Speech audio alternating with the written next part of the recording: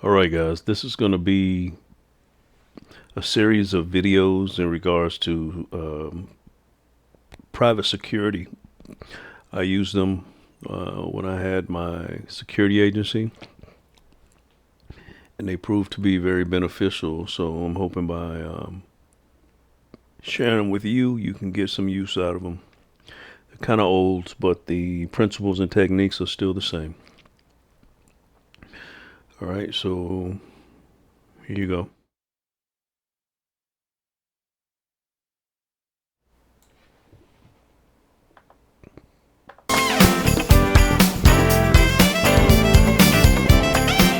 Welcome to the SDM training session, Introduction to Security.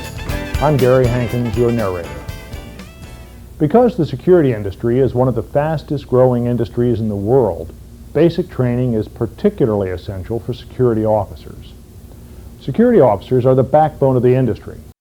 Not many private industry jobs require fingerprints, drug tests, and criminal background checks. You're watching this training tape because you passed that gauntlet. That says a lot about you as an individual. There is more to becoming a security officer than just showing up for work. When you first applied for the job, your company outlined a job description of what your duties would be. You were told you would be protecting and patrolling various customers' property. They told you how much you would be paid to perform these duties, and you agreed.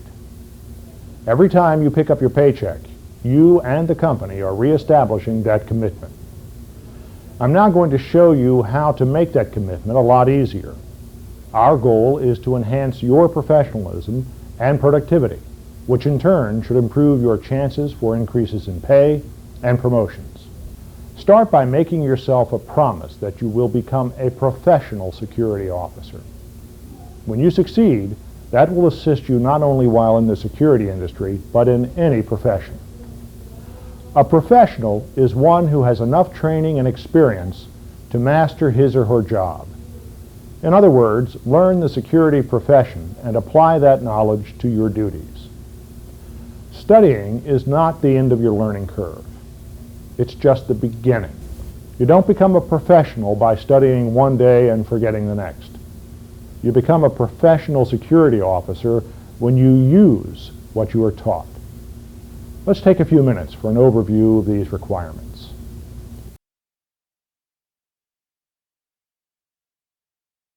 First of all, why are security officers needed in the business world when we have police? The problem is that there are just not enough police officers to go around. In the old days, the king hired knights and palace guards to protect his castle. The old adage, "A man's home is his castle," still applies today. The business world knows that the best defense against crime is to prevent it before it happens. You see, the fireman can put out the fire, but the security officer tries to prevent the fire from starting in the first place. The ambulance crew can take the accident victim to the hospital, but the security officer can prevent that accident from happening. The police can arrest a burglar. The security officer can prevent the burglary from even occurring. A security officer's primary duty is to act as a deterrent, to prevent crimes by observing and reporting anything that would jeopardize the safety or loss of assets on a customer site. Assets are divided into three categories: property, people, and information. Now, property is defined as all the things of value the customer owns. Property can be stolen, damaged, or lost. People are defined as customers, employees, clients, and guests. Information is defined as documents and computer data.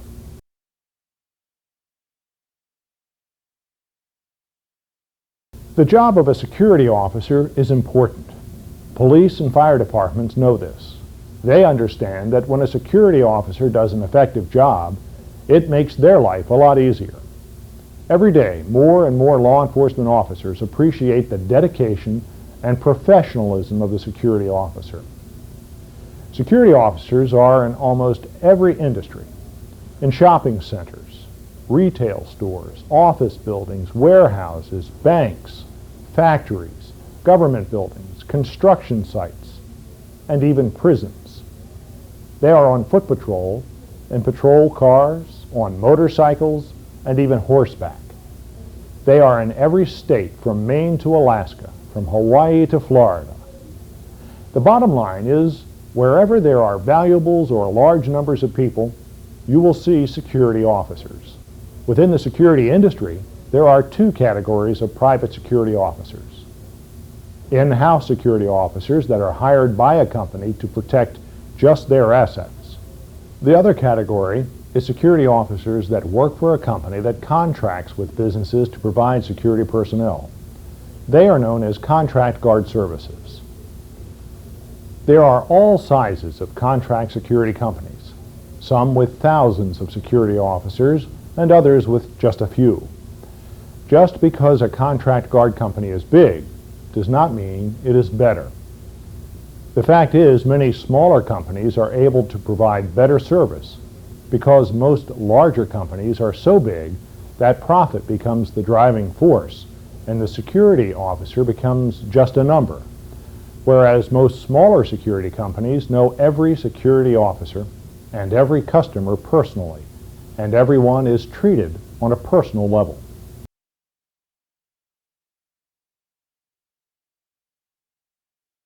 When you're assigned to a post, you are given some authority. This is not the same authority that police officers have. The authority that you have is given to you through the Bill of Rights, which allows a person to protect their property. These rights are passed on to the security officer when on duty at the customer's site.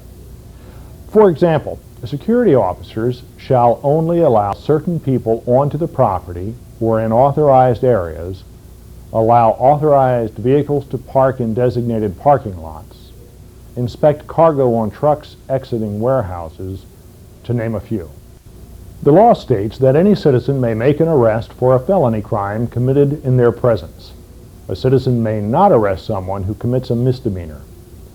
Just because you are a security officer does not mean that you have lost your rights as a citizen. What I do mean is that as a security officer, you have to be extremely cautious when you consider using this alternative.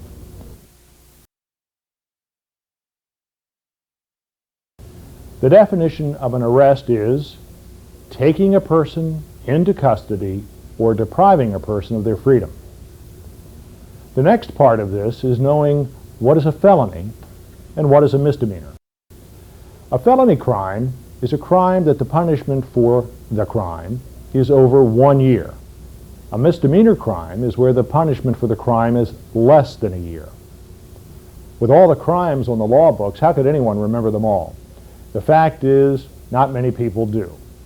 Here's an easy rule to follow. If you observe a crime, ask yourself, if that person was arrested for that crime, could they go to jail for more than a year? If the answer is yes, that's a felony. If the answer is no, that's a misdemeanor. If the answer is, I'm not sure, take the side of caution and call it a misdemeanor. Citizens may arrest someone only if they want to and only if it is a felony committed in their presence. Citizens may not arrest anyone for a misdemeanor. Whereas a police officer may arrest someone for misdemeanors committed in their presence and must arrest persons committing a felony in their presence, most states require licensing and formal training regarding the authority of security officers. State laws vary, so you should be guided by the laws of your state and your company's policies.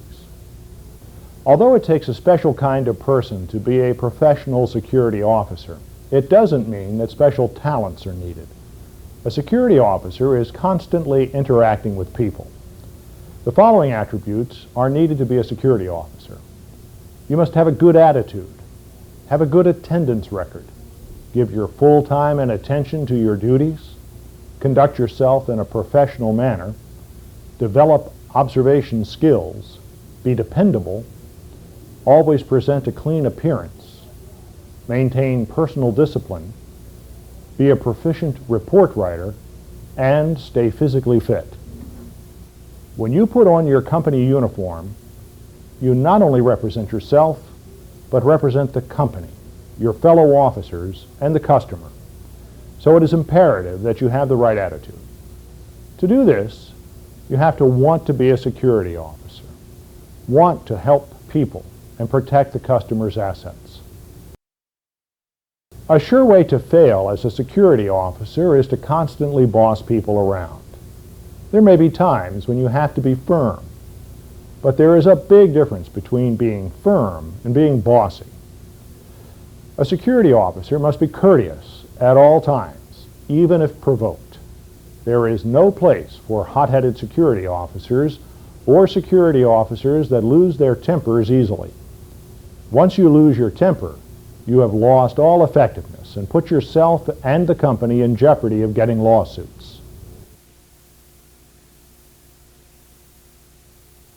A security officer is usually the first person visitors and employees see when they come into the site.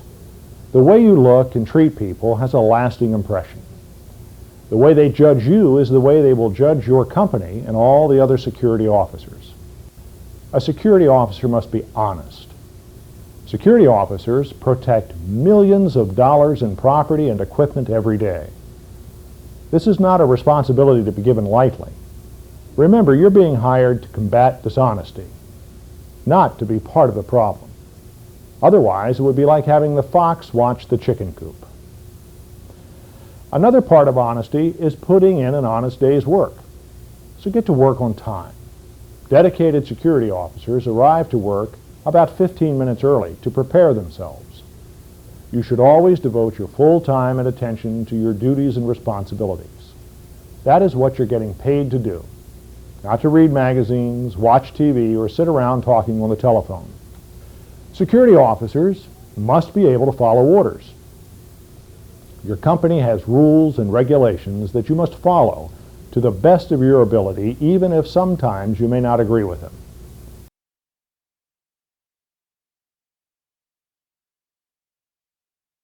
Discipline does not mean that you discipline anyone for not following the rules. Your job is to report it.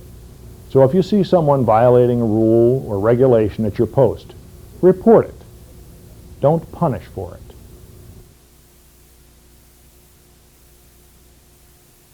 As a security officer, you will need to have good powers of observation. With some people, this comes naturally, but most of us have to develop this skill. It's not as difficult as it may seem. With a little training and effort, you will increase your powers of observation. Another thing to remember is that you will never know when something will happen.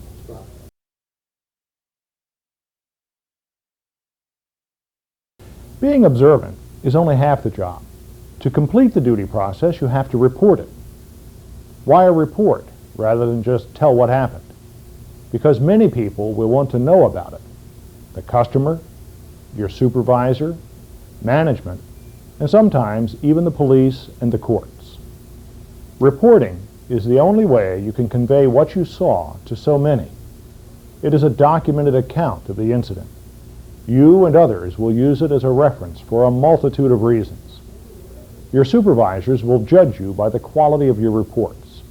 The better your reports, the better your reputation as a security professional. Let me go over some of the more important rules to keep in mind when you make a report. The first is keeping the report in order. It should tell what happened in the order that it occurred. Don't skip around. Next, be accurate. Include all the facts, not just a few. And never change the facts based on your opinion. Within the details of a report narrative, you should always include who, what, where, when, and how. If you don't know all of them, include the ones you do know. Make your report short and to the point. Don't make your report so short you leave something important out. Reports must be clear and neat. It's best to always print your reports. Remember, you are being judged by your reports. Make your reports understandable. Write them in easy-to-understand sentences. Don't try to make a report sound like a legal document. Spelling is very important. Many times a misspelled word could have a completely different meaning. Get yourself a pocket dictionary and keep it handy.